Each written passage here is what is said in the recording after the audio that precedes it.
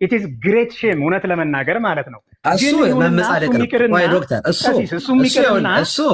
እሱ መመጻደቅ ይባላል። ይሄ አይ ቆይ ይሄ መገበዝ ነው የሚባለው፣ ግብዝነት ነው ይሄ። እውነት ለመናገር መጽሐፍ ቅዱስ የሚለውን መከተል እንጂ ያለብን የራሳችን ሐሳብ አይደለም። እኛ እኮ የምናወራው ትክክል አይደለም፣ እንደ መጽሐፍ ቅዱስ በትክክል እንረዳው ነው እንጂ እያልን ያለ ነው የራሳችንን አምጥተን።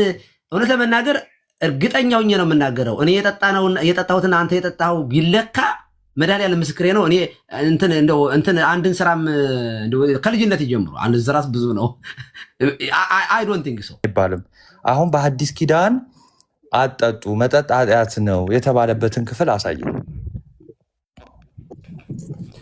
እሺ ናቱ ጥያቄ ጠይቀዋል። አገልጋይ አንዴ ቆይ ሚውት አድርገው። አንተ ራስህ አሁን ገብተህ ናቱ ዝም በል ለማለት ራሱ ትበጠብጣለህ። ገባ እሺ ናታን ይኸውልህ እንደዚህ አታውራ። አገልጋይ ይጨርስ። አገልጋይ እኮ ጠየቀ ሚውት አድርጎ አዳምጥ ነው እኮ ያልኩት። እየጠበኩ ነው። ቀላል ጥያቄ እኮ ነው። እኮ ለመልስ ሚውት አድርጋ ናቱ እንዴ ተደርበህ እኮ ኧረ ቆይ እሺ ከዚህ ቁጥር 31ን ወደ ወይን ጠጅ አትመልከት የሚለውን እስቲ እንዴት እንደሚፈቱት ይቅርታ። እሺ አይ አትመልከት ማለት ቅድም እኮ ነው እኮ አብራርቼዋለሁ። ግን እንደው ለሱ ቃል በቃል አትመልከት ማለት ወይን ጠጅ በዓይንህ አትይ ማለት አይደለም ነው። ይሄ ወይን ጠጅ በዓይንህ አትመልከት መመልከት ማየት አይደለም መጠጣት አይደለም መመልከት እንደምታውቁት። ግን በዚህ ኮንቴክስት ወደ ወይን ጠጅ አትመልከት ማለት አትስከር ማለት ነው። ምክንያቱም አትመኝ ነው አትስከር ነው። አትመኝ ነው አትስከር ነው። ውስጣዊው ማስተላለጋገባቡ አትስከር ከማለትና አትመኝ ከማለት ለየትኛው ይቀርባል? አትመልከት ማለት አትመኝ ከተመለከተ መመኘትን ነው የሚያመጣው። አይ አትመኝማ መጠጣት ይችላል። አንድ ሰው ወይን ጠጅ መቅመስ ይችላል። አይን እኮ ይመለከታል። ከተመለከተ በኋላ አንድን ነገር ይፈልጋል። ስለዚህ ጋር አትመልከት ማለት መስከር ነው ብለው ያንን ነገር ከተረጎሙ ይህንን ነገር የሚደግፍልዎት የእግዚአብሔር ቃል የት ጋር ያገኛሉ? እራሱ እዚያው ላይ ይናገራል። እዚያው ላይ ከስካር በኋላ ወዴት ትሄዳለህ ነው የሚለው። ወደ ሴት ማለት ወደ ዝሙት ትሄዳለህ ነው እያወራ ያለው። አይምሮህን ትስታለህ፣ ከዚያ በላይ በዝሙት ትወድቃለህ ነው። ስለዚህ ሪዛልቱ ነው የሚያመጣው ስካር የሚያመጣው ነገር። መስከሩ እኮ ብቻውን አይደለም የሚያመጣው ነገር እኮ ነው ችግሩ እኮ። ለምሳሌ መስከሩ ዝሙትን ያመጣል። መስከሩ ሌላ መደባደብን ሁሉ ሊያመጣ ይችላል። ብዙ በነገራችን ላይ መስከር ብዙ ነገሮችን ነው ይዞ የሚመጣው። አዋራጅ ነገር ነው ይሄ የሚበረታ በቃ መስከር ጸያፍ ነው። በቃ እንደ ማህበረሰብ ራሱ ብያለሁኝ እኮ ቅድም እኮ ነው የተናገርኩት። በቃ አዋራጅ ነገር ነው። በቃ በፍጹም የሚደገፍ ነገር አይደለም። መጽሐፍ ቅዱስም ስካርን አብዝቶ ነው የሚያወግዘው፣ እኛም እናወግዛለን ስካርን። አንድ ሰው በተደጋጋሚ ይቅርታ ቀሲስዬ፣ ከውጤቱ አንጻር እንስማማለን። መስከርና የመስከር ተረፈ ውጤት እሱ ላይ ጥያቄ የለብኝም። ምኞት ጸንሳ ኃጢአትን ትወልዳለች፣ ኃጢአትም ካደገች በኋላ ሞትን ትወልዳለች እንደሚል መመልከት መመኘትን ነው የሚያሳየው፣ መስከርን ነው የሚያሳየው። ትልቁ ምክንያቱም አትመልከት ስለሆነ የተባለው መመልከት መስከር ነው ከተባለ አትስከር እያሉ እንዲተረጉሙ ያስደረገው ነገር አንድ ስክሪፕቸር አለ መጽሐፍ ቅዱስ ነው። ይኸውልህ መጽሐፍ ቅዱስ ምን ይላል? ወደ ሴት አትመልከት ይላል አይደለ? ኦኬ አትመልከት ሴት አትይ ማለት አይደለም። ኦኬ አትይ ማለት አይደለም። እህትህን፣ እናትህን፣ የወንድምህን ሚስት ሊሆን ይችላል፣ አክስትህን ታያለህ። አትይ አይደለም ሐሳቡ። ምን ማለት ነው? አይንህ አትይ ሲል በሌላ አይን አትመልከት ማለት ነው።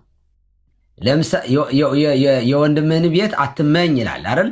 የወንድምህን ቤት አትመኝ ሲል ምን እያለ ነው? መመኘት ይሄ አይነት ምኞት ድርጊትን ነው የሚያሳይ። ሀሌዮ ከመገቢር የሚል አለ። ማሰብ እንደማድረግ ነው። እንደውም ቄስ ጥሩ መጡልኝ። ወደ ሴት ያየ ሁሉ አለ ወደ ሴት ያየ ሁሉ አመነዘረ ይላል አይደለ? እርስዎ በሚሉት ከሆነ አሁን አልጋ ላይ እየተኛ ሊሉኝ ነው። ምክንያቱም በትክክል ይኸውልህ ወደ ሴት ግን ማየትና መመኘትና አብሮ መተኛትን ለይቶ ነው የሚያስቀምጠው መጽሐፍ። ምን አልከኝ? ያየ የተመኘ አመነዘረ ይላል አይደለ? ማየት ሁሉ ኃጢአት አይደለም። ማመንዘርኛ ከሰው ጋር መተኛት፣ ከወንድ ጋር መተኛት እንደዛ አድርገን ልናስበው። አይን አይል መጽሐፍ ምን ይላል? አይን ከማየት አይጠግብም ይላል። አለማየት አትችልም። አትይ ሲልህ ውሳጣዊ አይን ነው፣ ተግባርን ነው የሚያሳየው እንጂ አይንህ እያየ አትሄድ አይደለም። እሱ አይንህን ልትሸፍነው አትችልም እኮ የውሳጣዊ አይንህ ተግባራዊ አይንህ ነው። ቀሲስዬ እኔ የፈለግኩት ወደ ወይን ጠጅ አትመልከት ማለት በወይን ጠጅ አትስከር ነው ብለው የተረጎሙት። ያ ነገር አያስኬድም። ለምን? መጽሐፍ ቅዱስ ሲናገር ያየ የተመኘ አመነዘረ ብሎ ሲናገር ማየትን ከመመኘት ጋር አስቀምጦ ነው እንጂ በአልጋ ላይ ከመተኛት አብሮ ከመውደድ ከዛ ጋር ተያይዞ አይደለም ያለው። ስለዚህ ማየት የሚለው ነገር መመኘትን ነው። ይችን ጥቅስ አመጣህ አይደለ? አትስከር የሚለውን ምን ማለት ነው? አትስከር ማለት እስኪ አብራራልኝ። አትስከር ማለት ምን ማለት ነው? አትስከር ነው። አትመልከትም ተብሏል። እንደውም ሁለተኛው ላይ የተቀመጠ ነገር ቢሆን ቆየ። አሁን በአማርኛ አሁን ቀሲስዬ ሁለታችንም አሁን አማርኛ ተናጋሪዎች ስለሆነ ይቅርታ አንድ ጊዜ አትስከር ማለት ቃላቱ አትስከር ማለት ምን ማለት ነው? አትስከር ነው። ምን አትስከር ነው ስትል ምን ማለት ነው? ብዙ ከጠጣ በኋላ ሰውየው የሚገባበት ኮንዲሽን ስለሆነ ከብዙ መጠጣት በኋላ የሚመጣ ውጤት ስለሆነ መስከር ማለት ከብዙ መጠጥ በኋላ የሚመጣ ውጤት ነው። ስለዚህ አትስከር ማለት አትጠጣ ማለት አይደለም ማለት ነው። አትጠጣ ሳይሆን ያለው ግን መጽሐፍ ቅዱስ አትስከር ብቻ ሳይሆን የሚለው አትመልከት ተብሎ ተጽፏል። ከአትስከርና ከአትመልከት እስቲ እርስዎ እንደ አንድ አማርኛ ተናጋሪ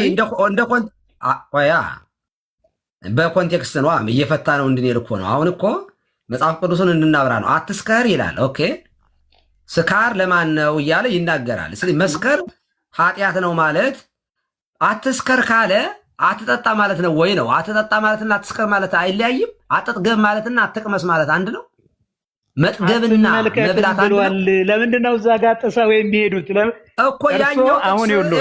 ያኛው ጥቅስ እርግጠኛ ነኝ። ይኸውልህ ኦኬ ማየት የሚለው ነው የምልህ። ያኛው ማየት እየሰማኝ አይደለም። ይኸውልህ ሀሌዎ እያዳመጥከኝ ማሰብ የሚባለው ሁለት አይነት ትርጉም ነው ያለው። ማሰብ ሀሌዎ ከመገቢር የሚባል አለ። ማሰብ እንደማድረግ ነው ይላል። ለምሳሌ ወደ ሴት አይቶ የተመኘ አመነዘረ ይላል። ኦኬ ወደ ሴት አይቶ የተመኘ አመነዘረ እና ሴት ወንዱ ያየችው ሴት ወንዱ ውስጧ ስላሰበው በቃ አመንዝራለች ማለት ነው፣ ወይም አመንዝሯል ማለት ነው። ይሄ የሚብራራ ቃል ነው። ምን ማለት ነው? ይሄ ሀሌዎ ከመገቢር ማለት ማሰብ እንደማድረግ የሚሆንበት አለ። ለምሳሌ አየና ያያትን ሴት ወይም ያየችውን ወንድ ፈለጋት ወይ ከዚያ ጠይቋት ሳይሳካ ወይም ጠይቃው ሳይሳካ ቢቀር እንደማድረግ ይቆጠራል። ይሄንን ነው የሚናገረው፣ እንደማድረግ ነው። ምክንያቱም ከሱ ጨርሷል፣ ከሌላኛው አካል ነው እምቢ ስለተባለው ይሄ እንደማድረግ ይቆጠራል። ቆይ ልጨርስ። እያብራራሁኝ ገና ሳልጨርስ አንደኛው ትርጉም። ሌላው ግን እንዴ ማሰብ ሁሉ እንደማድረግ ነው ማለት ነው። ብዙ ሰው ይጠይቃል ይሄንን ክፍል ማለት ነው። እና አሁን እኔ አንድ ሴት ጎረምሳ ሴት ናት፣ እንዲሁ ቁንጅናውን አይታ ውስጧ ተመኘው እና በቃ አመነዘረሽ ማለት ነው። ኖ ቃሉ እኮ ይላል ወደ ሴት አይቶ የተበላ አመነዘር ይላል። ምን ማለት ነው ሲባል አይ አስበዋለች፣ ነገር ተመቻችቶላታል፣ ፈቃደኝነቱ ሁሉ ግን አይ እግዚአብሔር ምን ይለኛል ብላ ከተወችው እንደማድረግ አይቆጠርም። ምክንያቱም እግዚአብሔር ተመቻችቶላታል፣ ነገሩን የተመኘችውን ማግኘት ትችላለች፣ አግኝተዋለች። ግን እግዚአብሔርን ፈርታ ግን ውስጧ ቢያስብም በቃ ኃጢአት ነው ይሄ አይገባም ብላ ትተዋለች። እንደዚህ ያለውን ማሰብ እንደማድረግ ነው ብለን አንተረጉምም። ማሰብ እንደማድረግ የሚሆነው ልሰርቅ ሄደህ ውሻ ቢጮህብህ እና ባለቤቱ ቢነቃብህ እንዳደረግከው ነው የሚቆጠረው። ነገር ግን መንገድ ላይ ልሰርቅ እየሄድክ መንገድ ላይ አይ ይህን ነገር እኮ እግዚአብሔር አይወደውም ብለህ ተመኝተዋል። ኦልሬዲ ጎብዞም ጀምራል። ከተውከው እንደማድረግ አይቆጠርም። እንዲህ ያሉ ቃላቶችን እንዲህ ማብራራት ካልቻልን መጽሐፍ ቅዱስ አንድም ሰው እዚህ ውስጥ አይቶ ከመመኘት ማን ነው በህሊናው ኃጢአት የማይሰራ ሰው? በህሊናችንማ በጣም ብዙ ኃጢአት እንሰራለን በማሰብ ማለት ነው። ግን ማሰብ ሁሉ ግን ኃጢአት ነው ልንል አንችልም። ጌታ ይረዳናል ነው መልሱ። አሁን ይህንን የምተረጎም ቀሲስዬ አንድ ጥያቄ ልጠይቅዎት። ምናልባት አሁን እርስዎ ፐርሰናል ኬዞችን ስለሚይዙ የሃይማኖት አባት እንደመሆኑ መጠን በድብቅ ሰዎች ወደ እርስዎ ሊመጡ ይችላሉና አንዲት እህት ወይ አንድ ወንድም በጾታ እንዳንከለከለ ነው ብቻ አመነዘርኩ ብሎ ወደ እርስዎ ቢመጣ ያ ሰው ወደ እርስዎ ሲመጣ ምን ተግባር ፈጽሞ ነው ሲመልሱልኝ? አመነዝር ያለው ሲል አሁንም አመንዝራነት ብዙ ትርጉም ስላለው ልዘረዝርልህ እችላለሁ። አመነዘርኩ ሲል ነው ዳይሬክት ከሴት ጋር ከመውደቅ ወይም ከወንድ ጋር ከመተኛት አንጻር ብዙ እንዳይሰፋ እሱ ብቻ አይደለማ። ማመንዘር ማለት እሱ ብቻ አይደለማ። የመጡት ሰዎቹ እኔ የመጡት እኔ እንደዚህ አጥሬ ልስጥዎት የመጡት ሰዎቹ ወይም የመጣችው ሰው የመጣችዋ ሴት ቆየ ልጨርስልዎት። የመጣችዋ ሴት ከወንድ ጋራ ባልተገባ ሁኔታ ተኝታ ከማመንዘሯ ወይም ከወንድ ጋራ ከመውደቋ የተነሳ ብትመጣ ምን ተግባር ፈጽማ ነው እርስዎ ጋር መጣ? ቀሲስ እኔ አመንዝሬያለሁ፣ የሚሰጡኝን ማንኛውንም ቅጣት ልቀበል ፈቃደኛ ነኝ፣ ለእርስዎ ይህንን ኃጢአት ገልጣለሁ ብላ ብትል ምንድነው አድርጋ የመጣችው? እዛ ጋር እንዴት አድርጋ እንደመጣች ምንድነው? በቃ ዛስ ጉድ። ስለዚህ አንድ ሰው ወደዛ ነገር እንዳይገባ ሲመክሯት ምንድነው የሚሏት? ከዚህ በኋላ እንደዚህ አይነት ነገር ውስጥ እንዳትገቢ፣ ፊትሽን ወደዛ አትመልሺ፣ ያንንም ነገር ለማድረግ እንትን አትበይ፣ ለዛ ነገር እውቅና ፊትሽን ዞረሽ እንዳታይ የሚለው ሁለት ትርጉም ነው ያለው። በዚህ አይነት መንገድ አሁን በመጣሽበት አይን ከሆነ ጥሩ ነው እንጂ አይንሽ ከዚህ በኋላ ምንም አይነት ወንድ እንዳያይ ብዬ ግን አልካትም። እንደዚያ ያለ ትርጉም ስለ እኔም እንደዛ አይደለም። አይን እያለውማ ሰው እንደዛ አይባልም። እንዲህ ከሆነ ከአይን ፈጣሪ ጋራ ነው የምንጋጨው። ስለዚህ አሁን የሉት እኔ እርስዎ ጋር በጣም ቻሌንጅ ላደርግ የምፈልገው ወደ ወይን ጠጅ አትመልከት ማለት በወይን ጠጅ አትስከር ነው ብለው የተረጎሙት አተረጓጎም በፍጹም ተቀባይነት የሌለው። ለምን? ምኞት ጸንሳ ኃጢአትን ትወልዳለች፣ ኃጢአትም ካደገች በኋላ ሞትን እያለ ሲናገር ያዕቆብ። እሺ ወይንም ደግሞ የያዕቆብን አነጋገር እንዴት ነው? ምኞት ጸንሳ ኃጢአትን ትወልዳለች።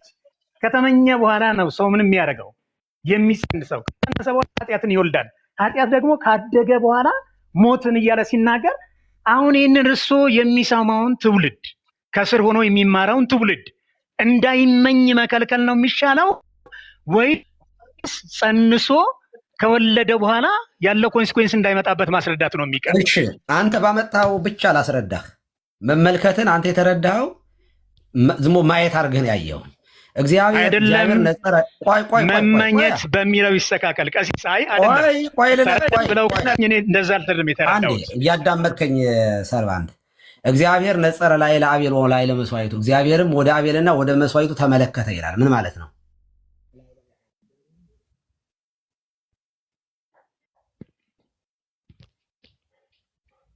እግዚአብሔር ወደ አቤልና ወደ መስዋዕቱ ተመለከተ ይላል። ምን ማለት ነው?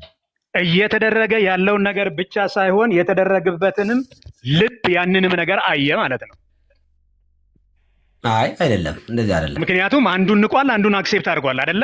በቃ ተቀበለ። አቤልና ከቃይል መስዋዕት አንጻር ከሄዱ አሁን የአቤልን አክሴፕት እንዲያደርግ የቃይልን ሪጀክት እንዲያደርግ በቃ ተቀበለው ማለት ነው። በቃ ወደ መስዋዕቱ ተመለከተ ማለት በዚህ አንቀጽ ተቀበለው ማለት ነው። መስዋዕቱን ተቀበለው፣ የአቤልን መስዋዕት ተቀበለ ማለት ነው።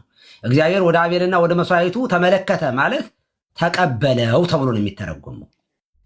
አሁን ለዚህ ነበር አሁን ቅድም እርግጠኛ ነኝ። ቆይ ናታኒም ስለመጣ እሱም ሊያግዘን ይችላል።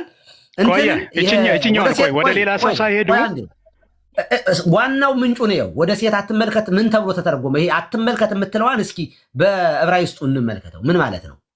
እናት ቋንቋው ምን እያለ ነው የሚለውን ማብራሪያ ይሰጣል እዚያ ላይ እርግጠኛ ነኝ። ወይም የአባቶችም ትርጓሜ ማየት እንችላለን። ወደ ሴት አትመልከት ማለት ቀሲስ እኔ እንደገባኝ ሴትን ለዝሙት አትመኝ በሚለው ሴንስ ነው። አሁን እዚያው ላይ ስለ ወይን ጠጅ የጠየቅከው ይህንን ጥቅስ ምሳሌ 23:31ን አትመልከት ሲል ምን ማለቱ ነው? ማብራሪያ የለውም ወይ? እንየው። እሺ እድሉ ልስጦት። እሺ ክፈቱ። አንድ ሰው እስኪ ያየ ሰው ካለ ማይኩን ያብራላል። ይህንን ያየ ሰው ምሳሌ 23:31 ነው አይደለ? አዎ። ለምሳሌ በነገራችን ላይ መመልከት በመጽሐፍ ቅዱስ ብዙ ነው። ለምሳሌ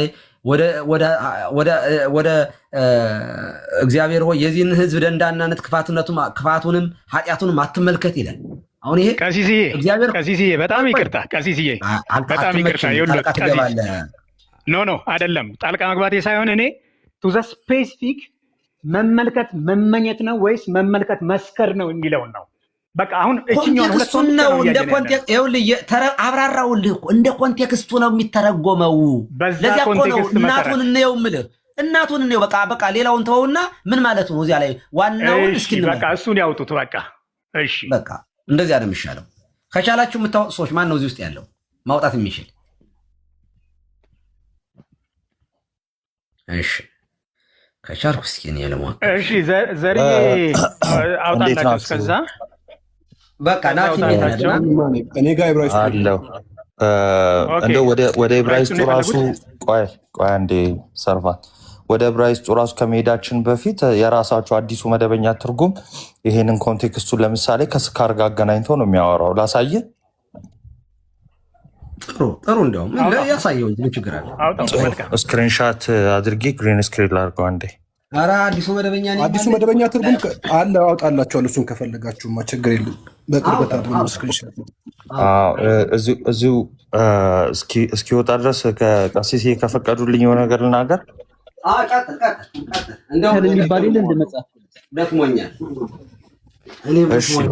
ይሄ ክፍሉ የሚያወራው እንግዲህ ምንድነው? መጽሐፈ ምሳሌ 23 ከስካር ጋር መሆኑን የምናየው ምንድነው? ቁጥር 29 ጀምሮ ስናነበው ነው። ዋይታ ለማን ነው? ሐዘን ለማን ነው? ጠብ ለማን ነው? ጩኸት ለማን ነው? ያለ ምክንያት መቁሰል ለማን ነው ካለ በኋላ የዓይን ቅላት ለማን ነው ይላል። ይህንን የሚያደርጉት በቃ የሰከሩ ሰዎች እንደሆኑ ይናገራል። ይህንን ደግሞ ዝቅ ብሎ እዛው አዲሱ መደበኛ ትርጉም በቃ ሰው ሲሰክር እነዚህ ነገሮች ሊያደርግ እንደሚችል ይናገራል። ስለዚህ መጽሐፉ እያለ ያለው ምንድን ነው? ወደ እነዚህ አትመልከት ሲል በቃ አትስከር እያለ ነው። ለምን ጣፍጦ በገባ ጊዜ እነዚህ ልታደርግ ስለምትችል። ናታኒ በአንድ ጊዜ ፍሬምወርኩን በደንብ ላስቀምጥልህ። ከእሳቸው ጋር ስንነጋገር የነበረው አንዴ ፍሬምወርኩን ሰምቼዋለሁ ከስር በመጀመሪያ ደረጃ በአዲስ ኪዳን መጠጥ በራሱ ቆይ አንዴ ወንድሜ አላገኘልኝም። ቆይ እኮ አንዴ ላውራና ስጨርስ ፍሬምወርኩን ላሳይ። ከውጤቱ አንጻር ከኮንሲኩዌንሱ አንጻር የተለያየ ነገር የለንም። አንድ ነገር ንጋረ ቤተክርስቲያናችን በነገራችን ላይ ስካርን በጣም ትነቅፋለች። ቆይ አንዴ ኧረ ልታስወራኝ አልቻልክም። እያወራው ነው። ሰርቫንት ግን እድል አትሰጥም። ሰርቫንት ቆየ ሚውት አድርገዋ ናታኒም እንዴ የምለውን ጨርስና እያወራው ሚውት አድርገው እንዴት ትለኛለህ? አንዴ ቃም አላወራውም እኮ ወንድሜ። ፍሬምወርኩን አላገኘህልኝም። ቆይ እኮ ሰምተኸኝ ነው ሰምተኸኝ ዶክተር ከመጀመሪያ ጀምሮ ሰማሁ። እኛ ከውጤቱ አንጻር ያለውን አይደለም። አሁን የዓይን መቅላት የምናምን እሱሱ ሳይሆን ውጤቱ አይደለም። እኔ ትልቁ ጥያቄ ወደ ወይን ጠጅ አትመልከት የሚለውን በወይን ጠጅ አትስከር ብለህ ልትተረጉመው ከምንድን ነው እንትኑን ያገኘው? ኮንቴክስቱዋል ምንድን ነው? እሱን ነው የፈለገው። እኔ ወደ ወይን ጠጅ አትመልከት ስል ወይን ጠጅን አትመኝ ነው። ከተመኘህ ቆየ አስጨርሰኛ ፕሊዝ። ሰርቫንት ማለት ብቻዬን ላውራ አስመሰልኩ። ማለት ዶክተር ፕሊስ ሚውት አድርገው። ቆየ ችግር የለውም እሱ።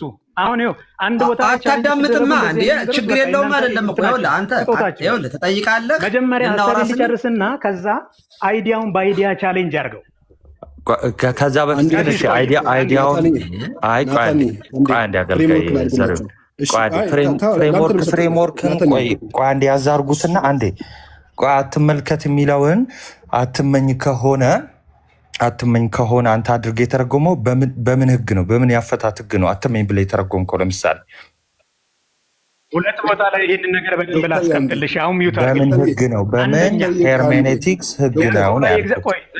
ኧረ ቆይ አንዴ ሁለታችሁ ቆይ ዶክተር ትቀጥላለህ። ቆይ ዶክተር አንዴ ቆይ እንትን አደረጋችሁት እኮ ጥያቄና መልስ ብቻ እያደረጋችሁት መጣችሁ።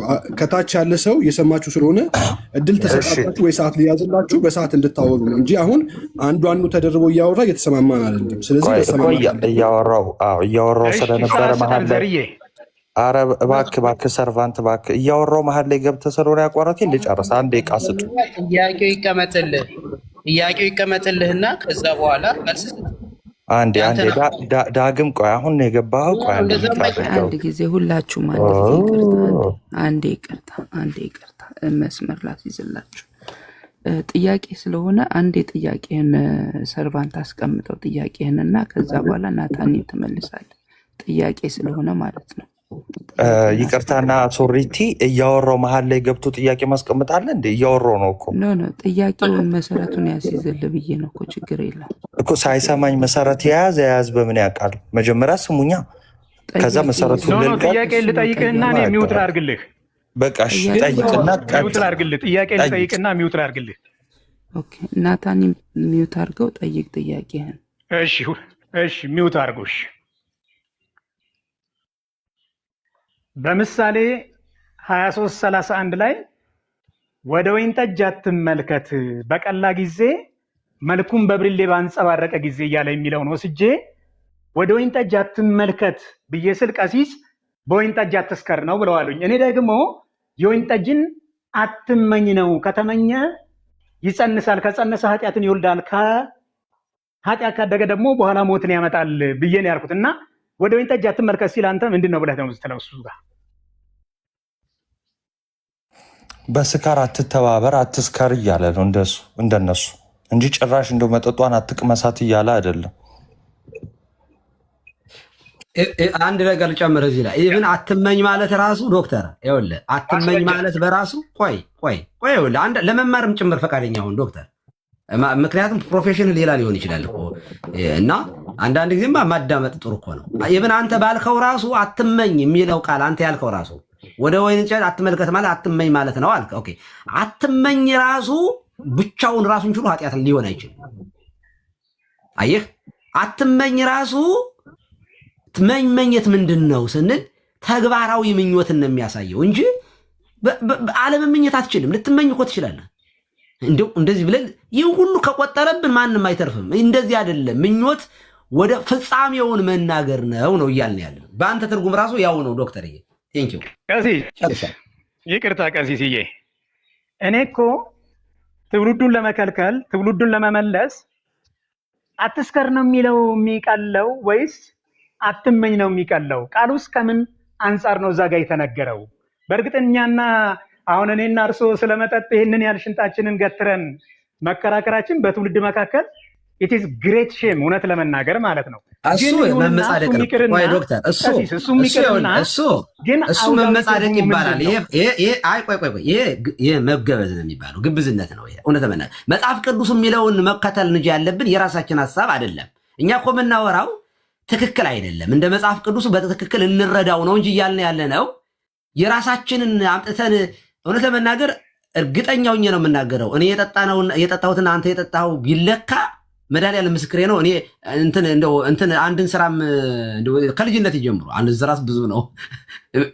አይ ዶንት ቲንክ ሶ እያወራን ያለ ነው ስለ እኔ መጠጣት ስለ አንተ መጠጣት አይደለም። መጽሐፍ ቃል ፐርሰናል እናድርገው፣ ወደ ቃሉ ገብተን እንነጋገር እኮ ታዲያ ይኸውልህ። ስለዚህ መጽሐፍ ቅዱሱ የሚለው አትስከር ነው በቃ። አትስከር ማለት ደግሞ ብዙ ነው የተጻፈው። አትስከር በጣም ብዙ ነው የተጻፈው።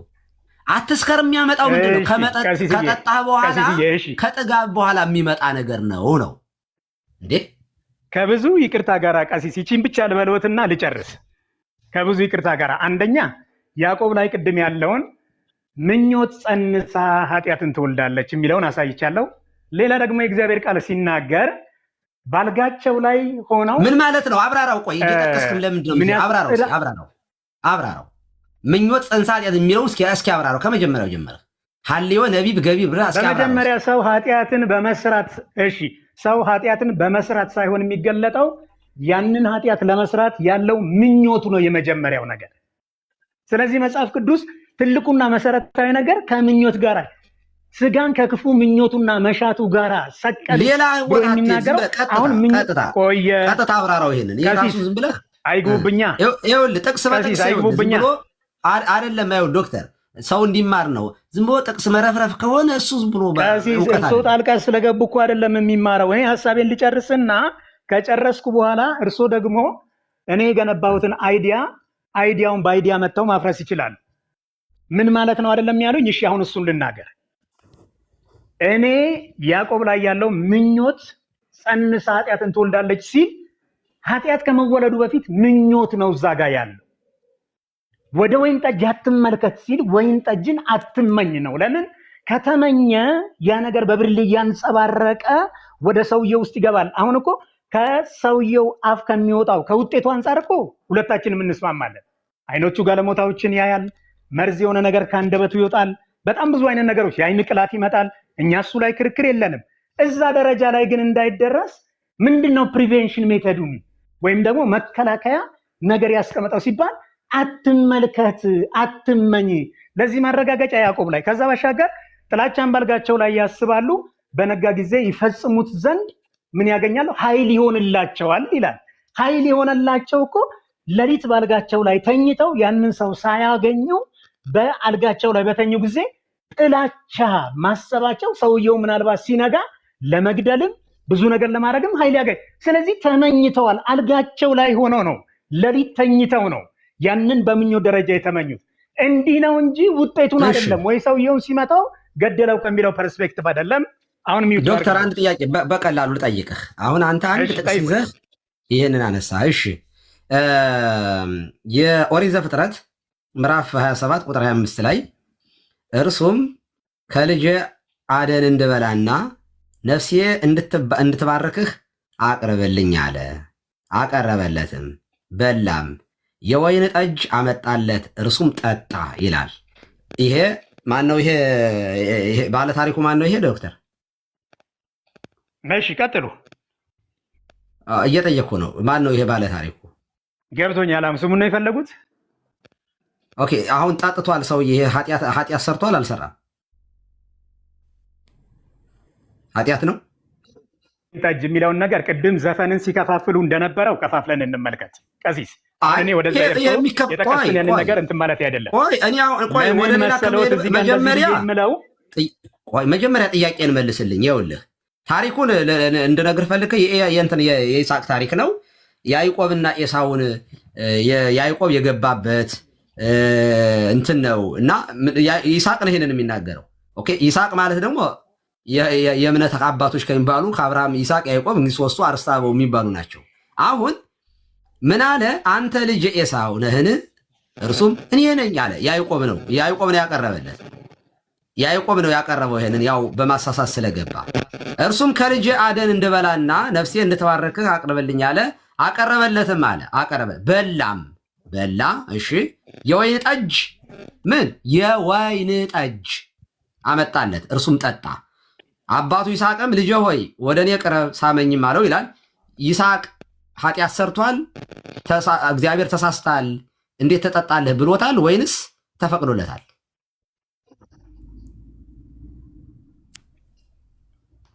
በብሉይ ኪዳን ጊዜ እንግዲህ በዛ ህዝብ መካከል የወይን ጠጅ ራሱን የቻለ መሰረታዊ ነው ነገር አለ። ለምሳሌ ስለ እስራኤል ካነሳን የወይን ጠጅ በጣም እንዳንድ ባህላዊ ራሱን እንደቻለ ነገር ይቀመጣል። ወደ አዲስ ኪዳን ስንመጣ ወይን ጠጅ ጋር ተያይዞ የተቀመጠው ነገር ወደ እንትን ልንመጣ ነው እንዴ? ወደ አልኮል ፐርሰንት ልትመጣ ነው እንዴ? ቅራሬና እንትን ወደ ማለት ልትመጣ ነው? በሱ ቢሆን መሄድ እንችላለን። የወይን ጠጅ ነው ዶክተርዬ። ቀሲስ አንዴ እዛ ጋር እንዲያውም የብሉይ ኪዳኑ የወይን ጠጅ ያንን ነገር ሰጠውና ያንን ነገር ጠጣ ማለት በነገራችን ላይ ቀሲስ ከስር የምናስተውለው ሰለሞን እስራኤላዊ ነው። መጽሐፈ ምሳሌ ብሉይ ኪዳን ላይ ነው። እንግዲህ አሁን ከተናገርከው ማርካ ይሆንልን። ኧረ ቆይ በአዲስ ኪዳን ላመጣለት ነው። ቆይ የጢሞቴዎስን ላመጣለት አይደል? እኔ እኮ ስለ እስራኤላዊነቱም ጥያቄ የለኝም። አባቱም ያንን ነገር የወይን ጠጁን ስለመጣጣት ጥያቄ የለኝም። ስለዚህ ቆይ ተፈቅዶለታል? ትክክል ነው አይደለም ነው እንዳለ አንተ በምትለው ያለውን ነገር ተመልክቶ አትመልከት። አረ በተራ በቃ ይሄንን መልስልኝ ዶክተር መልስልኝ። ተሳስቷል አልተሳሳትም? ይስሐቅ ተሳስቷል ወይ አልተሳሳትም? በላይ ከሁለት አንዱ። በዛን ሰዓት ይሄኛው ነገር እንደ ባህላዊ ነገር የሚቀርብ ነው። ኢትዮጵያ መጣው እርሱ በዚያን ጊዜ ካልክ እኮ መጽሐፈ ምሳሌም የብሉይ ኪዳን መጽሐፍ እኮ ነው። ኖ ግን እየተጻፈ ያለው እኔ ምሳሌን እየጠቀስኩ ምሳሌ እየተናገረበት ያለው መንፈስና እርሶ ይስሐቅ የሰጠው የወይን ጠጅ ብለው ያነሱት ሁለቱ መንፈሳዊ በየአውዱ እንፍታውና የዚህን አውድ የዛኛውን አውድ እንሰድና ወደ አዲስ ኪዳን እመጣልሃለሁ። እኔ ቀጥታ እመጣልሃለሁ። ወደ አዲስ ኪዳን እመጣልሃለሁ። አሁን ብሉይ ኪዳን ነው እንግዲህ። ብሉይ ኪዳን አንድ ህግ ናት። ኦሪት አንድ ህግ ነው። በቃ እስቲ አንድ ጥያቄ ልጠይቅዎት። ቆይ መጀመሪያ ለምን አይነት የወይን ጠጅ ያውቃሉ? ቆይ እስቲ ጥያቄውን እንዲረዱ ጥያቄውን በጥያቄ መጠየቅ መብት አለኝ። ስንት አይነት የወይን ጠጅ ያውቃሉ ሰው? ኦኬ። ስለዚህ የወይን ጠጅ የሚፈቀድና የማይፈቀድ አለ ብለህ ከፋፍለህ ፈርመንታል የሆነ ይሄ ማለት ምንም ልሙጥ የሆነ ወይን አለ ያለ ብለህ ልከፋፍለው ከሆነ አንተ የምታወራው ታዲያ አትመልከት የተባለው አንተ የምታወራው እዚህ ጋር የወይን ጠጅ ነው የሚለው። የወይን ጠጅ ነው የተደባለቀ የወይን ጠጅ ምንም ጥያቄ የለውም። ይኸውልህ ወደ ዕብራይስጡ የተደባለቀ የወይን ጠጅ እኛው የጠጣው ይስሐቅ የጠጣው ምን አይነት ነው? ይስሐቅ ከፈርመንቴሽን ባሻገር የተደባለቀ የወይን ጠጅ ብሎ ነው እዛም ዶክተር ችግር የለውም።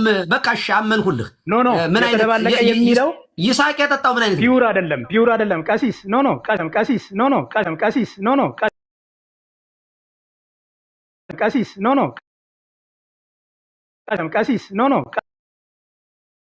አሁን ይሄንን ንገረኝ እኮ እየተከራከርክ ስለሆነ አሁን እኮ እየተማርክ አይደለም እየተከራከርክ ስለሆነ ምን አይነት ጠጅ ነው ይሄ ንገረኝ።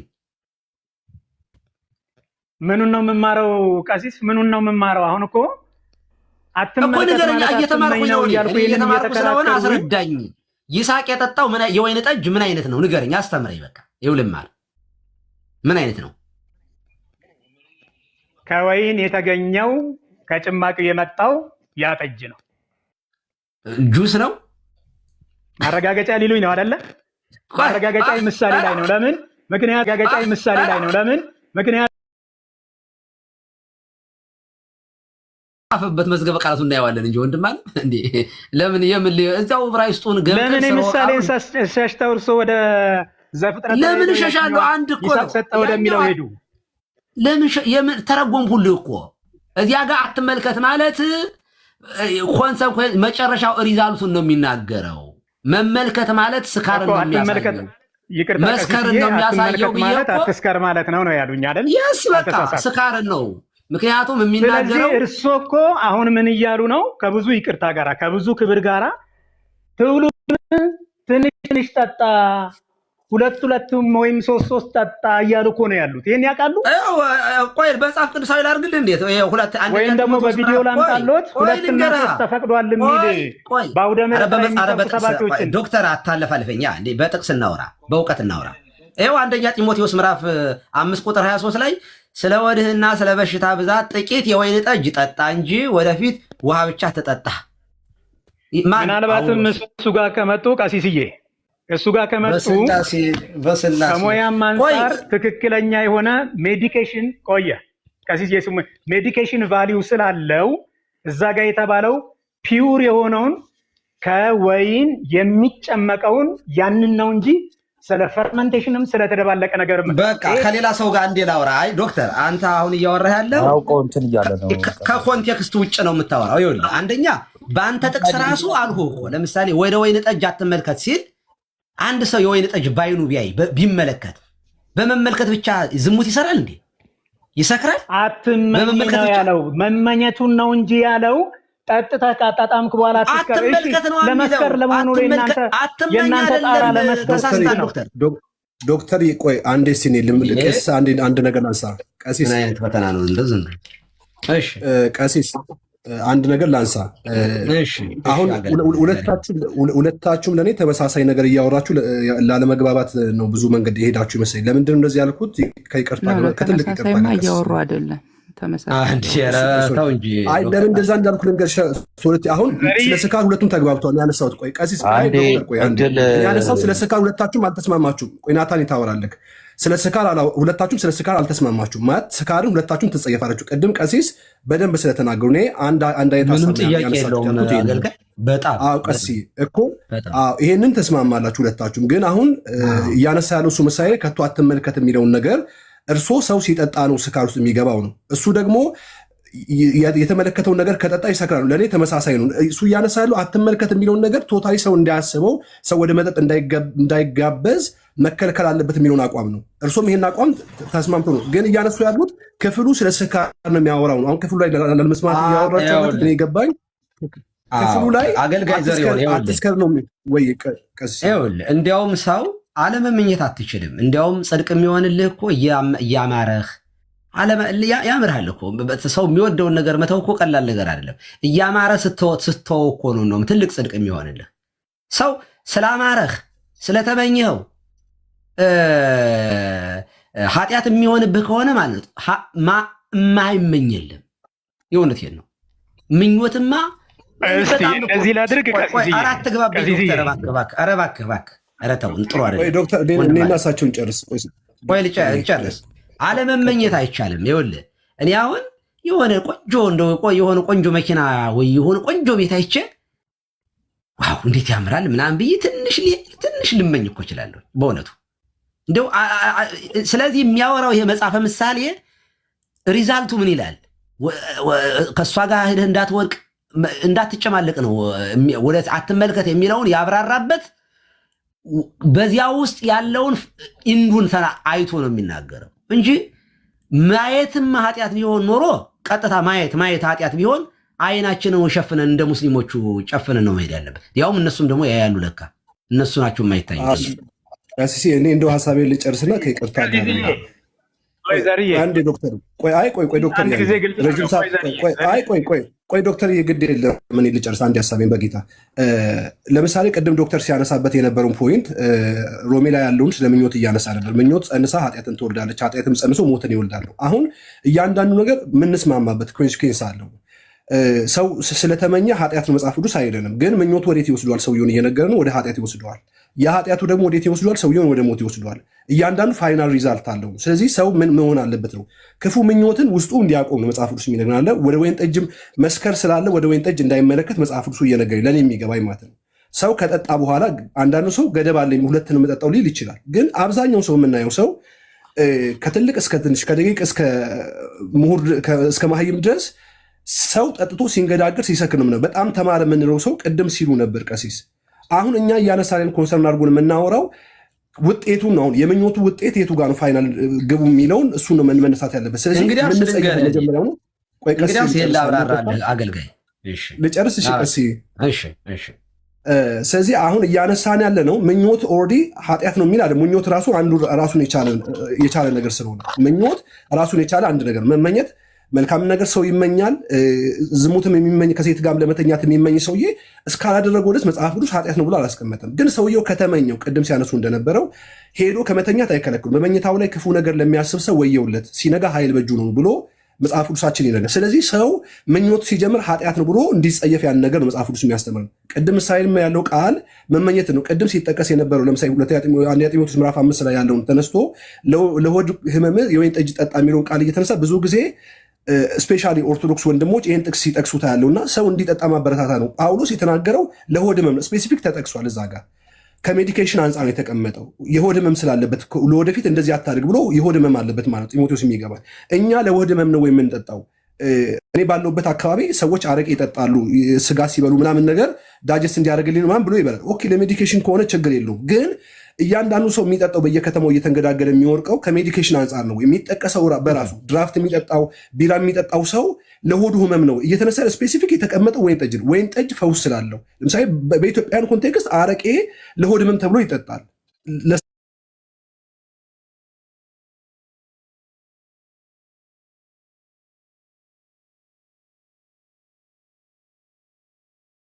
ለመጠጥ ጎጂነት ነው እኛ ልናነሳ የምንፈልገው እንጂ ቶታሊ ሰዎች ያን ነገር ባዩ ጊዜ ያን ነገር ሳያደርጉ ኃጢአት ነው ወደሚል ድምዳሜ አይካሄድም። ግን ኮንሲኩዌንሱ ወዴት ነው የሚወስዳቸው ሲባል ሰውየው መመኘት ከጀመረ ወደ መጠጣት ይሄዳል። መጠጥ ቤት ከሄደ በኋላ ደግሞ የሚመጣውትን ነገር ምሳሌ ላይ በዝርዝር ነግሮናል። ስለዚህ ምኞቱን አሳይተን ውጤቱን ነግሮናል።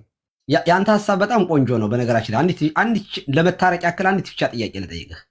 ስለዚህ አንድ ሰው ምንም ጠጥቶ የማይሰክር ከሆነ ኖርማል እንደነበረው የሚሆን ከሆነ ችግር የለውም ብለህ ታምናለህ?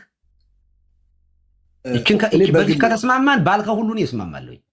በግል እኔ ቀስስ ሰው ምንም ካልሆነ ብዬ እንዳላስ የሚያደርገኝ ማለት ሰው ሁሉ ሲጠጣ እንደሚንገዳገድ ሰው ሁሉ ሲጠጣ እንደሚለፋደድ አይቻለሁኝ። ቆይ ላስረዳህ። እኔ መጀመሪያ እንግዲያስ እኔ ለምሳሌ እኔ አባቴን ብዙ ጊዜ ምሳሌ አደርገዋለሁ። በጣም አባቴ በጣም እውነት ለመናገር ስለ ራሴ አባት መናገር በጣም ቢከብድም ግን ልናገር፣ በጣም የተከበረ የተፈራ የሀገር ሽማግሌ ነው አባቴ። በመንግስትም ኃላፊነት ገበሬ ነው፣ ግን ሊቀመንበርም ሆኖ ሀገር ብዙ ነገሮች የሰራ ቤተክርስቲያን ብዙ ነገሮች የሚሰራ ስቲል ነው የሚሰራ በህይወት ያለ አባት አለኝ እና አባቴ ጠላ ነው የሚጠጣው። ውሃ ጭራሽ ጠምቶት ራሱ ወንዝ ይሻገር አይጠጣም። አሁን በቅርብ እንደሰማሁት ማለት ብዙ ጊዜ ነው ከቤተሰቦች ከተለየሁት በጾም ሰዓት ምናምን መጠጣት አቁመዋል አሉኝ። ማለት እንደኔ ሰርፕራይዝ ነው የሆንኩት ማለት ነው። ምክንያቱም አባቴ አንድ ቀን ማለት በህይወቱ እኔ ስካር የሚባል ነገር አባቴ ላይ አይችበት አላውቅም። እንግዲህ እሱ ብቻ አይደለም እኔ የአባቴን ብቻ አይደለም እነግርህ፣ ቤተክርስቲያን ውስጥ ዝክር ተይዞ የሚካሄደው ጠላ ነው። በአገራችን ገንቦ ጠላ እንጀራ ተይዞ ነው ለዝክር የሚካሄደው። ማይበርም ሲኖር ጠላ ነው የሚጠጣው። ቢራ ምናምን ይባል አይታወቅም። እንደው ጠጅም ምናምን ካለ እንደው ትልልቅ ከበርቴዎች ቤት ነው። እኔ እዚያው ያ ሁሉ ህዝብ ሰርግም ሲሆን ሊሆን ይችላል ሲጠጣ ሰካራም የምታየው እንደ መስከረሙ አንድ ነው። እዚህ ደንበር ሲል የምታየው ሲወላገድ። ማህበረሰቡ ገበሬ ነው። ሲያር ሲውልና እሷን ጠጥቶ እንደገና ኢነርጂ ሆነው ያችን ሰርቶ ነው። ምንም አይነት ስካር አናይባቸውም። እጃቸውን በማጨድ አይቆርጡ ምንም ነገር እንደው እንዲች ንክች አይሉ ማለት ነው። ስለዚህ ኤክስፔሪንስ የሌለው ሰው ከሆነ ግን ብሎ አንድ ጅው አድርጎ እንደው አይጠጣዋል፣ ከዚያ ሊወድቅ ይችላል። አንተ በምትለው ኮንቴክስት እንደዚህ ያለ ሰው ኢቭን ሲጠጣ ራሱ በተደጋጋሚ የሚሰክር ከሆነ በቤተክርስቲያን ይሄ ሰው ወደ ወይን ጠጅ ዞር እንዳይል እቤቱ ራሱ አልኮል የሚባል ነገር እንዳይኖር እንከለክላለን። እኛ ቀኑን አንሰጣለን። በእኛ ቤተክርስቲያን የሚሰክር ከሆነ እየሰከረ ሚስቱ ልጆቹን የሚረብሽ ከሆነ ክልክል ነው። ለዚህ ሰውዬ ፈጽሞ መጠጥ አልተፈቀደለትም። ባይዞ ነገር ግን እያወራሁት ያለሁት እኔ እያልኩት ኖርማል ጠጥተው ምንም ነገር በቃ ኖርማል የሚያደርግ ከሆነ ኃጢአት የማሰራ ከሆነ ወደ ሌላ ነገር የማትሄድ ከሆነ እንደነበርከው የሚያደርግ ከሆነ መጽሐፍ ቅዱስ እሱን አይከለክልም። የሚከለክለው ስካርን ነው። መጥን ሰው ነህ አንተ፣ ሰው ነህ፣ እንስሳ አይደለህም። ሆድህ እንደ አህያ የበላት ምላ አትሞትም። አህያ እምብርት የላትም ይባላል። በእርግጥም አይቻለሁ።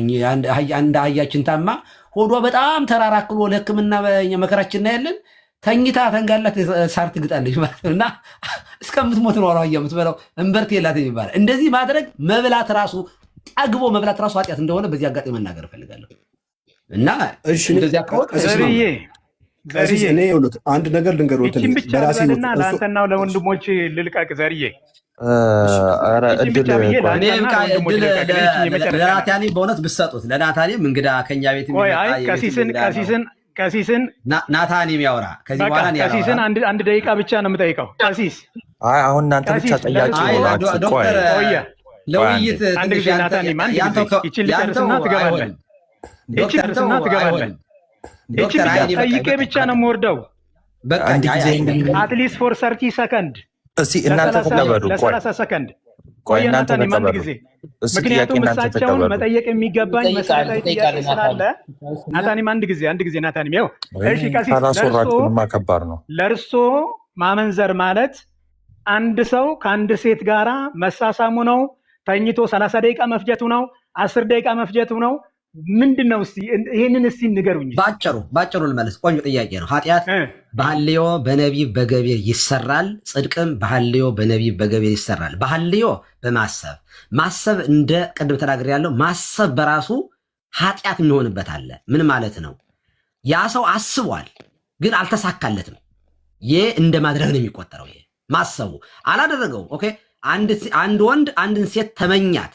ኦኬ፣ ተመኛት ግን ይሄ ወደ እሷ ሲሄድ ወይም ቢብላው ሊሆን ይችላል፣ ወይ ሌላ ሰው ደርሶበት ሊሆን ይችላል። እሷ ላታውቅ ሁሉ ትችላል፣ ወይም ጠልፏትም ሊሆን ይችላል። አስቦ ግን ሳይሳካለት ከቀረ እንደ ማድረግ ነው የሚቆጠረው። ይሄ ሐልዮ ኃጢአት ነው። ግን ኃጢአት የማይሆንበት ሁኔታ አለ። ሐልዮ ምን ማለት ነው? ትመኛለህ ግን አይ እግዚአብሔር እኮ አይወደውም ብለህ ትተዋለህ። ዘፈን ማድመጥ እየወደድክ አይ ዘፈን ኃጢአት ነው ብለህ ትተዋለህ። እንዲህ ያለው ኃጢአት እንደማሰብ እንደማድረግ አድርጎ አይቆጠርም። ሁለተኛ ገቢር የሚባል ኃጢአት ነው። የገቢር ኃጢአት አለ፣ እንትን የነቢብ ኃጢአት አለ። ነቢብ ማለት በንግግር ሰው መሳደብ ሊሆን ይችላል፣ ደንቆሮ ምናምን ብሎ ማለት ይሄ ኃጢአት ነው። ጽድቅም ባይዞ በነገራችን ላይ በሐልዮ ጽድቅም ይሰራል። እችንም ጨምሬያት ልሄድ በማሰብ ጽድቅም ይፈጸማል ይደረጋል። ለምሳሌ አንድ ሰው ንስሐ ገብቶ በሐሳቡ ነው አለ ንስሐ ገባ። በዚያች ሌሊት ነፍሱ ከስጋው ማድረግ ያለ በሃይማኖት የሚጠበቅበትን ነገር ሁሉ ማድረግ ሳይችል ግን ኮምፕሌት ከእግዚአብሔር ጋር ግን አልቅሶ በሐሳቡ ማለት እግዚአብሔር ወይ በድያለሁ የሚለውን ነገር ተጠቅሞ ቢሞት ይሄ እንደ ጽድቅ ይቆጠርለታል።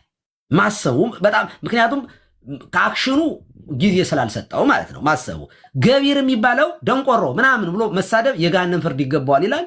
ነቢብ ንግግር ራሱ ኃጢአት ይሆናል። ንግግር በራሱ ደግሞ ጽድቅም ይሆናል። ሰውን ማጽናናት፣ መምከር፣ ማስተማር ነቢብ ነው። ይሄ ነቢብ ነው። ይሄ ጽድቅ ሆኖ ይቆጠራል። ኃጢአትም ነው ሆኖ የሚቆጠርበት አለ። ገቢር የሚባለው ደግሞ መውደቅ ነው። አክሽኑን ማድረግ ማለት ነው። መዘሞት ሊሆን ይችላል፣ ሴክሹዋል ሪሌሽንሽፕ ማድረግ ሊሆን ይችላል፣ መግደል ሊሆን ይችላል። ቅድም እንዳልነው መዝፈን፣ ያ የተገለጹ ስጋዎች በማድረግ ይሄ ኃጢአት ይሆናል። በማድረግም ደግሞ ጽድቅ ደግሞ የተራበ በመብላት የተጠማ በማድረግ ሊሆን ይችላል። ገቢሮች አሉ የሚደረጉ ነው። እዚያ የመንፈስ ስራዎች ፍቅር፣ ደስታ፣ ሐሴት እንደዚያ የመንፈስ ፍሬዎችን ማድረግ ጽድቅ ይሆናል። ስለዚህ ሐልዮ የሚለው ነገር ብዙ ትርጉም ስለሆነ ያለ እንደ ኮንቴክስቱ መተርጎም ያስፈልጋል ነው። ስለዚህ ወደ ወይን ጠጅ አትመልከት የሚለው ነው። ወይን ጠጅ አትመኝ ብለው ለማለት ምን ከበደውት? ወደ ወይን ጠጅ አትመልከት የሚለው የሚያሳየው ወይን ጠጁን በዓይንህ አይተህ ትሰክራለህ እያለ አይደለም። ኮንቴክስቱ እዚያው ላይ በዓይን ማየት አይደለም። ኧረ ቀሲስ ተረጎምኩት እኮ አትመኝ ብሎ ለመቀበል እርሶን የከበደውት ምንድን ነው? አትመኝማ ሁለት አይነት ነው።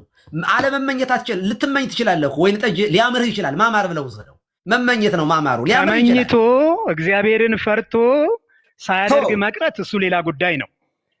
ተመኝቶ እግዚአብሔርን ሳይፈሩ መጠጣት ሌላ ጉዳይ ነው። አይደለም። አንተ እኮ ወደ ወይን ጠጅ መመልከት ስትል አንተ የወሰድከው እኔ እኮ ተግባራዊ ያደረግኩልህ እኮ ወደ ወይን ጠጅ እርሶ ትንሽ ጠጡ ብለው ስለሚሉ ነው ይሄ ቃል የከበደው። አትመልከት ማለት አትመኝ ማለት ነው ብለው መቀበል የከበደውት ምንድን ነው? ችግር የለው ምንም ብለን የቤት ብትመጣልኝ እኔ አልኮል ትጠጣለህ? አዎ። እንዴት ነህ? ትችላለህ? ሰክረህ ታውቃለህ? አትሰክርም? ኧረ እኔ ስከር የሚባል ነገር አላውቅም። አቀርብልህ። እኔ ቤት ቢመጡ ደግሞ ምንም አይጠየቅም። እንደውም ልጆቼም አልኮል የሚባለውንም እኔ እኔ አታቅርብልኝ። እኔም አልመጣም። እኔ እምቢ ካልክ እኮ መብትህ እኮ ነው። አንተ እኔ በነገራችን ላይ ኮንክሉዥን ልስራ እዚህ ላይ ቆይ። እኔ በነገራችን ላይ አልጠጣም ለሚል ሰው አጨበጨብ። አትጠጡ፣ በቃ ይቅርባችሁ፣ አትጠጡ። እኔ አፕሪሼት ነው። አሁን የኔና የእርሶን ጉዳይ ሳይሆን መጽሐፉ ምን ይላል እኮ ነው። የህይወታችን መመሪያ የሆነው መጽሐፍ ምንድን ነው የሚለው? በቃ መጽሐፉን ከኦሪት ዘፍጥረት እስከ ራዕየ ዮሐንስ ድረስ መጽሐፍ ቅዱስ የሚያወራው አትስከሩ ነው፣ ስካርን ነው፣ አትጥገቡን ነው እንጂ አትብሉ አትጠጡ የሚል የለም። አትስከሩ አትጥገቡ ግን አለ። ኦኬ። ስለዚህ ጌታ ራሱ ነው የምልህ የተቀሸረ እንደው መናኛ ቅራሪ ነበር መጀመሪያ ያቀረበው። ሁለተኛው ግን የቀረበው ግን በጣም የሚገርም ወይን ጠጅ ጠምቆ 6 ጋን ለሰርገኛው ያንበሸበሸው መድኃኔዓለም ኢየሱስ ክርስቶስ ነው። ኦኬ። የወይን ጠጅ አመሰግናለሁ። ጁስ ምናምን እንዳትል። ጁስ ከመውጣትህ በፊት ጥያቄ ልጠይቅህ። ቴንኪው ቀሲስ። ግን እኔና እርሶ ይሄን ያህል በዚህ ጉዳይ ላይ መነጋገር ማለት ደግሜ ቅድም ያልኩትን ነው የምለው፣ እጅግ በጣም አሳፋሪ ነው። ለምን ብለው ብትሉኝ በፍጹም ይህን በግልጽ ነው የምናገረው። ይህን ከብዙ ክብር ጋራ ነው የምናገረው፣ ከብዙ ክብር ጋራ ለምን? ምክንያቱም ለራሳችን ምኞትና ለራሳችን መሻት ስንል የእግዚአብሔርን ቃል የምናጣምም ከሆነ ውስጥ ላይ ያለ የኛ ኢንተረስት ስላለ ነው። ይሰማል? ዶክተር ፖለቲካ ትስራ እንጂ ዶክተር ይሰማል? ኖ እኔ ፖለቲካ አልሰራሁም። አይ እኔ ጨርሻለሁ። እኔ እኮ ቴንኪው ብዬ ልወርድ እኮ ነው። ከእናንተ በላይ ሰው ልለቅ ነው አይመስለኝም። ተደብቃችሁ ስለሆነ እናንተ ከመውረድ በፊት ጥያቄ ልጠይቀው እስቲ።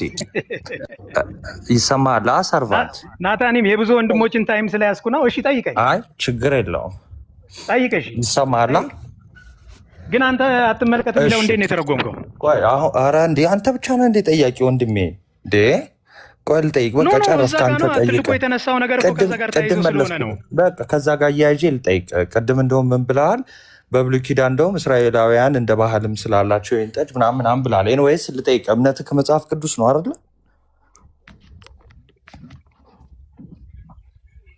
አይደለ? እምነትህ ከመጽሐፍ ቅዱስ ነው አይደለ? አንተን አትጠጣ እያልኩ ትንሽ ትንሽ ብለህ አትበል እያልኩ ስለይና አታው ነው እንዴ? ምን ማለት ነው? እስቲ ከአዲስ ኪዳን አሳየኝ። ምን ማለት አጠጡ ሚል ወይ ደግሞ መጠጣጣት ምን የሚለውን ላሳይህ። ይኸው ነገርኩ። ምን የሚለውን ላሳይህ ነገርኩ። አጠጡ ወይም መጠጣጣት ነው የሚለውን አሳየኝ። እሺ እንግዲህ መጽሐፍ ቅዱስ ላይ አንድ ቃል አቡነ ዘበሰማያትን በል 12 ጊዜ እንደሚል 12 እና 13 ጊዜ መጽሐፉን እያየን አይደለም የምንሄደው። አትመልከት ካለ አንተ ለምን ኪዳኑን ፈለከው? በሐዲስ ኪዳን አይደለም። ጥያቄውን በጥያቄ መጠየቅ ይችላል። አንዴ አዳምጠኝ። አትመልከት ካለ ቆይ ወንድሜ፣ በሐዲስ ኪዳን አሁን በሐዲስ ኪዳን ለምን አልከኝ ካልከኝ፣ ቅድም በብሉይ ኪዳን አልክ። አሁን የወይን ጠጅ እንደ ባህልም ስለሚይዙት አልከኝ። ይኸው በሐዲስ ኪዳን ጌታችን መድኃኒታችን በብሉይ ኪዳን ቅድምም ስላልሰማኝ ነው እንጂ ስለተደባለቀ ስለሚል ይስሐቅ የተደባለቀውን አልሰጠም ብያለሁ። ለምሳሌ እሱን ቻሌንጅ ማድረግ ትችል ነበረ። እሱን አይደለም እኔ መጠይቅ እኔ ነኛ መጠይቅህ። እኔ መጠይቀን እንዲጠይቀኝ አይባልም። አሁን በሐዲስ ኪዳን አጠጡ መጠጥ ኃጢአት ነው የተባለበትን ክፍል አሳየኝ። እሺ ናቱ ጥያቄ ጠይቀዋል። አገልጋይ አንዴ ቆይ ሚዩት አድርገው። አንተ ራስህ አሁን ገብተህ ናቱ ዝም በል ለማለት ራሱ ትበጠብጣለህ። ገባህ? እሺ ናታን ይኸውልህ እንደዚህ አታውራ። አገልጋይ ይጨርስ። አገልጋይ እኮ ጠየቀ። ሚዩት አድርጎ አዳምጥ ነው እኮ ያልኩት። እየጠበኩ ነው። ቀላል ጥያቄ እኮ ነው። ሚዩት አድርግና ስም እኮ ለመልስ ሚዩት አድርጋ ናቱ እንዴ ተደረበ እኮ ኧረ ቆይ ለናት እድል ስጡት። በእውነት አንደኛ ቤቱ የእናንተ ነው። በነገራችን ላይ እያዳሉ ነው እንዴ አረም ይመልስ ልጁ እንዴ እኮ ልጁ ናቱ እኮ ያለህ እኮ ጠብቀው መልስ እኮ እየጠበቅኩት እኮ ነው። እናንተ ናችሁ መሀል ላይ የገባችሁ። እንደዚህ በጣም የምትከራከሩበትን ነገር ከሐዲስ ኪዳን እኮ ማኔጅ እያደረግን ነው እኮ በጣም ከባድ እኮ ነው እኮ በነገራችን ቀሲስ እኔ ቀሲስ እንደው ማለት ራሱ በጣም የተጠየቀው ሰው የመልስ ይስጥ ግድ የለም። ናታኒም አንድ ጥያቄ ልጠይቅህ። አይ አጠይቀኝ መልሰው መጀመሪያ በሐዲስ ኪዳን መጠጥ አጠጡ። ለናታኒም ቆይ አንዴ አጠይቀኝ። ቆይ ጥያቄ ምን እንድጠይቀኝ አዲስ ኪዳን ጠጡ የሚል አውጣልኝ። በእንደዛ ከሆነ እኔ ስለመጠጥ መልስለት። ቆይ ናቱ ጥያቄ ጠይቀዋል። ቆይ ናቱ ዶክተር ጥያቄ ጠየቀ፣ አንተ አትጠይቀው፣ መልሱ መልስለት። አዎ አሁን ምንድነው መሰላችሁ? ቆይ አንዴ አርቲኩሌት ላድርግልህ። በሐዲስ ኪዳን ማይ ጋድ ኧረ ሶሪ ትዬ አንዴ ቆይ ላውራ። ብዙ ሰዓት አላወራሁም። ልሰጥህ ነው። እስካሁን ድረስ ከቀሲስ ጋርም ሲወያዩበት ነበረ። ስለዚህ ስለ መጠጥ ያለህን ሀሳብ ታስቀምጣለህ፣ ሌሎቹም እንዲሁ ያስቀምጣሉ። እንደገና አዲስ ክርክር ከምታነሱ ስለ መጠጥ ያለህን ሀሳብ እንደ መጽሐፍ ቅዱስ አስቀምጥ። ናታን ቆይ እንጂ ሶራቲ አንድ ጥያቄ አንድ ጠይቆ አንዱን ማቴ አትሰርዥበት እንዴ! አንድ ጥያቄ ብቻ ጠይቆ አይ እንደገና እኮ ክርክር ከሚል የለሽም። ይቺ ትመለስና ከዚያ የራሱን ያስቀምጥ።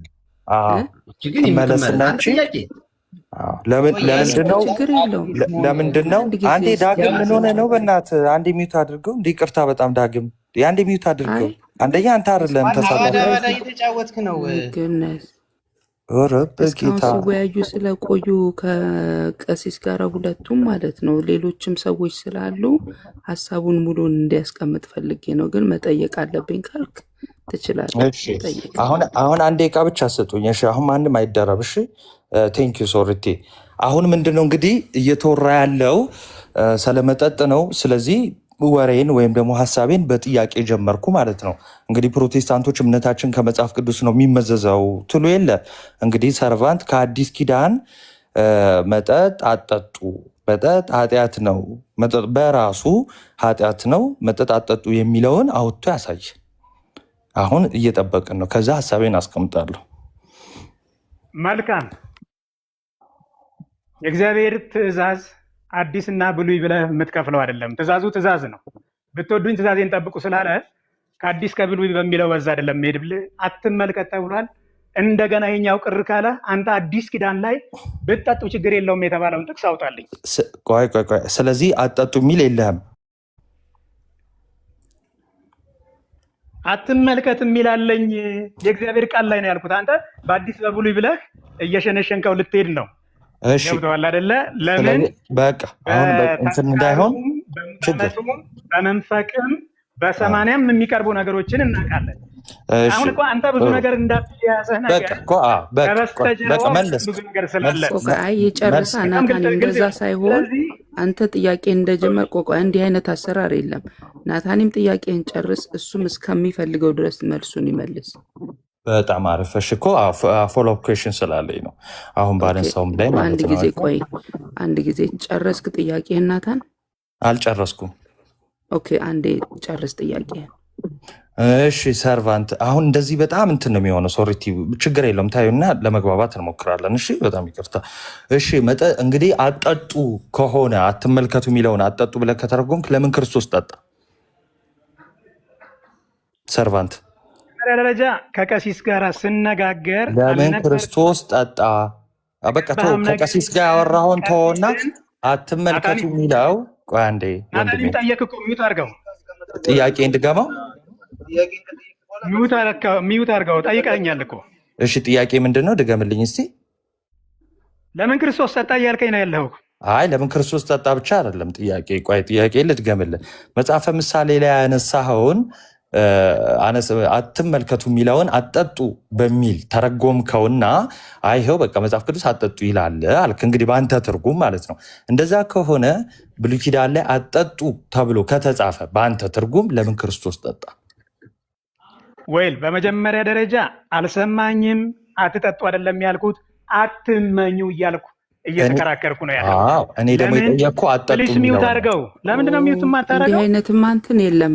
ቆይ አንድ ጊዜ ናታንም ጠይቅና ሚዩት አድርግ፣ ይመልስልሃል። ከዛ ደግሞ ሚዩት ያደርጋል። እሺ ቀጥል። በቃ ሚዩት አድርገው፣ ቀጥል ሰርቫንት። እሺ ስለዚህ እኔ እያልኩ ያለሁት ምንድነው? አትጠጡ ተብሏል ሳይሆን እያልኩ ያለሁት እንደውም አትመልከቱ። ለምን? ከተመለከታችሁ ትመኛላችሁ፣ ከተመኛችሁ ትወስዳላችሁ፣ ከወሰዳችሁ ትጠጣላችሁ። ሰርድ ስቴፕ ምናምን ነው። ስለዚህ እዛ ቦታ ላይ ወደ ወይን ጠጅ አትመልከት ተብሎ የተጻፈው የወይን ጠጅን አትመኝ በሚለው ኮንቴክስት ነው ብዬ ያንን ነገር ነው ያስቀመጥኩልህ። ከዛ ባሻገር ግን ከቀሲስ ጋር ቅድም እየተነጋገርን እያለን ስንት አይነት የወይን ጠጅ ያውቃሉ ብዬ ሁሉ ጠይቄያቸው ነበር እሳቸውን። ይህንን ሁሉ ብያለሁ። ልክ ክርስቶስ ኢየሱስ ለምን የወይን ጠጅ ጠጣ ብለህ ስትለኝ የትኛው የወይን ጠጅ? ፈርመንትድ የሆነው ነው? የተደባለቀው ነው? ፍሬሽ የሆነውን ጁስ ነው? የቱን ለማለት ፈልገ ነው? ሚውት አድርጌ ላለው ቀጥል።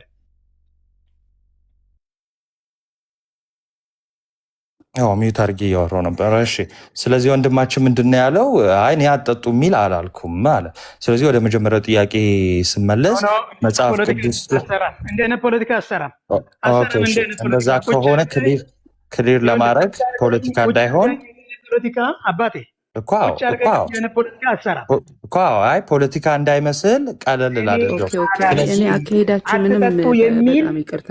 አንድ ጊዜ ሶሪቲ ግን እንደው በጣም ይቅርታ። እኔ ሳወራ ለምንድን ነው እንደዚህ የምታደርጊው? በጣም ይቅርታ። ግን አይ እንዲህ አይነት አካሄድ እዚህ ቤት ውስጥ ተደርጎ ስለማይታወቅ አይ ሶሪቲ ግን ዛሬ እውነት መናገር እንትን እያረግሽ ምን መሰሉት በዚህ መልኩ አይደለም እዚህ ቤት ውይይት የሚደረገው። አንድ ሰው ሀሳቡን ይናገራል፣ ሌላው ይናገራል። እንዲህ ብለህ ነበረ ተብሎ ተዘዋዙሮ አይነገርም። አሁን እኔ እሱ አሁን ከሚጠየቁ ጥያቄዎች አሁን ተመልሰውልሻል ሶረቲ? አሁን እንደው አሁን በእውነት መናገር ቁም ነገር እያገኘሽ ነው? ቆይ አይ በመጠጥማ ጉዳይ ያው ህዝቡ እየሰማ ነው። እኔ እሱንም ባልል ማለት ነው የሚያዳምጠው እያዳመጠ ነው፣ የኔን ሳይሆን ቄስስ። አሁን ምን እናደርጋለን መሰላችሁ? እያንዳንዳችሁ በመጠጥ ላይ ያላችሁን ሀሳብ ትሰጡና እንትን እንላለን። ከፈለጉ መጀመር ይችላሉ። ናታኒም መጀመር ትችላለህ። እኔም መሄድ እፈልጋለሁ። ሌላ ጊዜ በሰፊው መወያየት ትችላላችሁ። አሁን እንደ ሀሳብ ቀሲስዬ ምንድን ነው አሁን እኔ ወንድማችን ሰርቫንት ተናገረና ሚዩት አድርጎ ነው ያወራሁት እና በምንም ተአምር መሀል መግባት አልነበረብሽም ነበር። ሀሳብህን ስጥ አንተ። አስተምሮ ለሰዎቹ ይመቻል የምትለውን ማጠቃለያ ልስጥና እንውጣ። እንደ መጽሐፍ ቅዱስ ከፈለግሽ ደቂቃ ስጭን ሳንቋረጥ ሳያቋረጥ ማንም አያቋርጥህም። እንደ መጽሐፍ ቅዱስ ስጥና አንተ። ከዛ በኋላ እኔ ማጠቃለያ ሰጥቼ በእኛ በኩል ያለውን ከዛ ደግሞ እነሱ ይሰጣሉ። ቀጥል ናቲ። እሺ በደንብ ቀሲስ ይሄዱበታል። እንግዲህ ምንድነው እንደተነሳው መጽሐፍ ቅዱስ ላይ አጠጡ የሚል የለም፣ ቃል በቃልም የለም፣ ኮንቴክስቹዋልም የለም። ኦኬ ቃል በቃል መጠጥ በራሱ ኃጢአት ነው የሚል የለም። አሁን ቤተክርስቲያናችን መጠጥን አትደግፍም። ለምን መጠጥን አትደግፍም ስትባል ግን ከምን አንጻር ነው? ከስካር አንጻር ነው። በቃ ሰው መስከር የለበትም። ለሆድም በሽታ ይሁን ለመድኃኒትነትም ይሁን ትንሽ የኃጢአት አድርግ የሚባል ቲዎሪም ሎጂክም ቲዎሎጂም የለም። እና እንደዚህ የሚሉ ሰዎች ባይዘ ከጌታ እንበልጣለን እያሉ ነው። ጌታችን መድኃኒታችን ኢየሱስ ክርስቶስ በነገራችን ላይ እየበላና እየጠጣ መጣ ተብሎ ተጽፏል።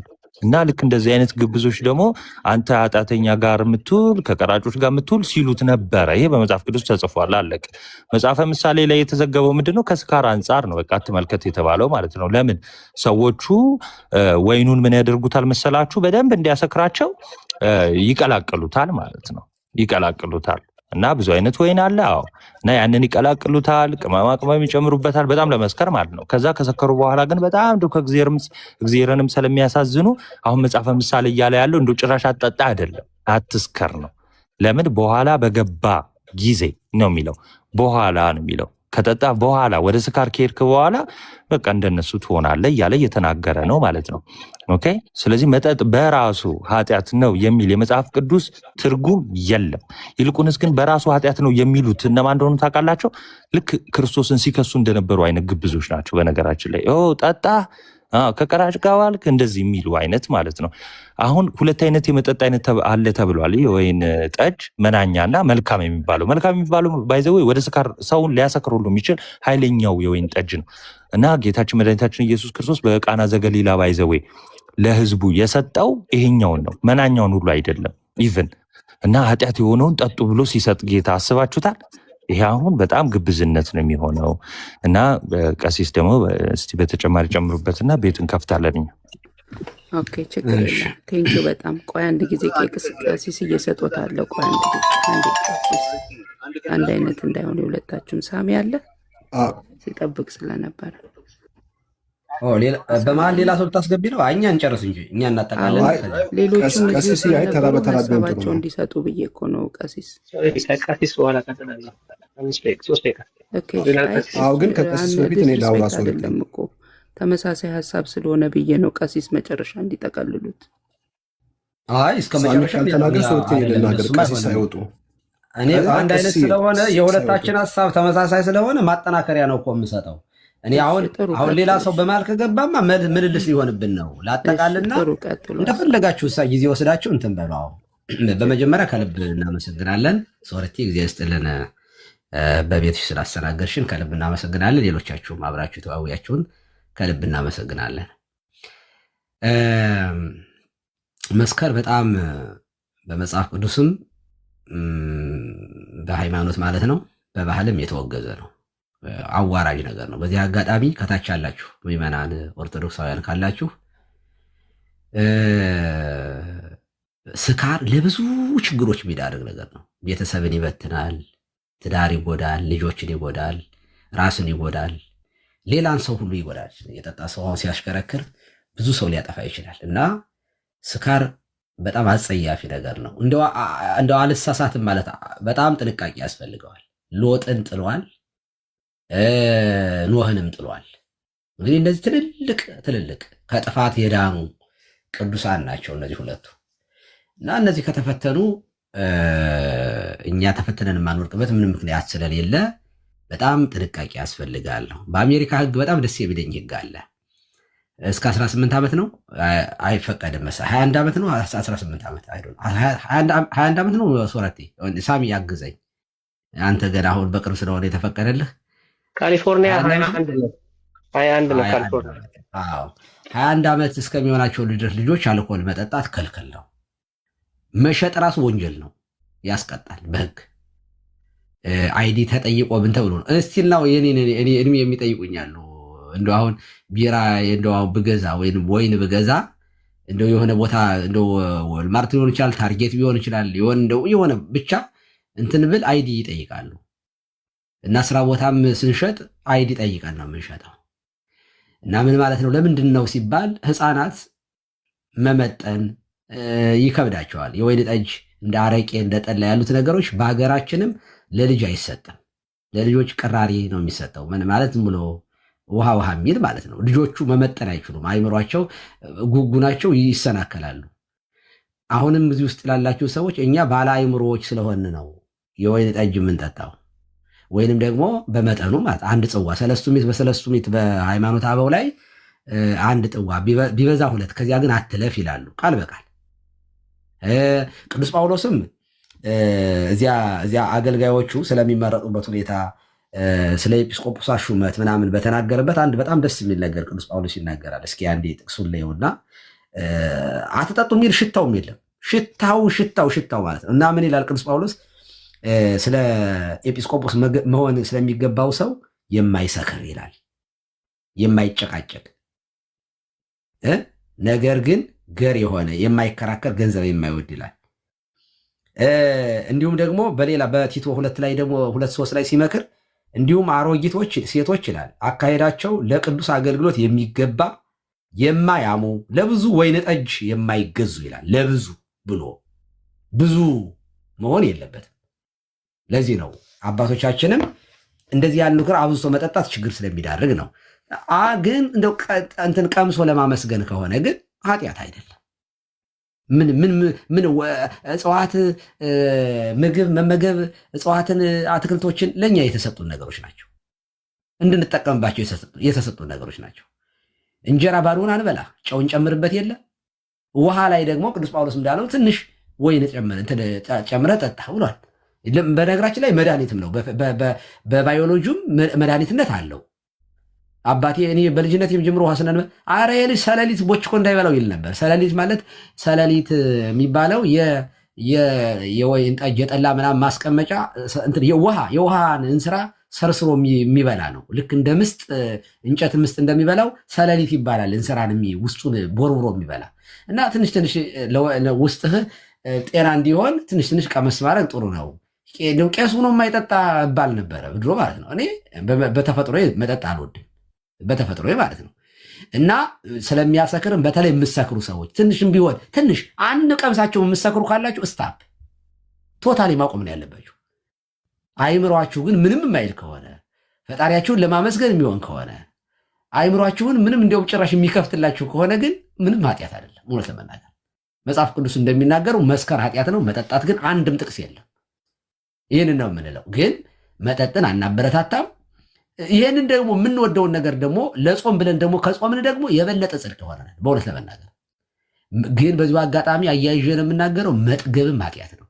ድሆች እየተራቡ አንተ ቁንጣን እስከሚያቀናጣ ጠቢቡ ሰሎሞን ድህነት አይምጣብኝ ቁንጣንም አያቀናጣኝ እንዳልበድል እግዚአብሔርስ ማን ነው እንዳልል ብሏል።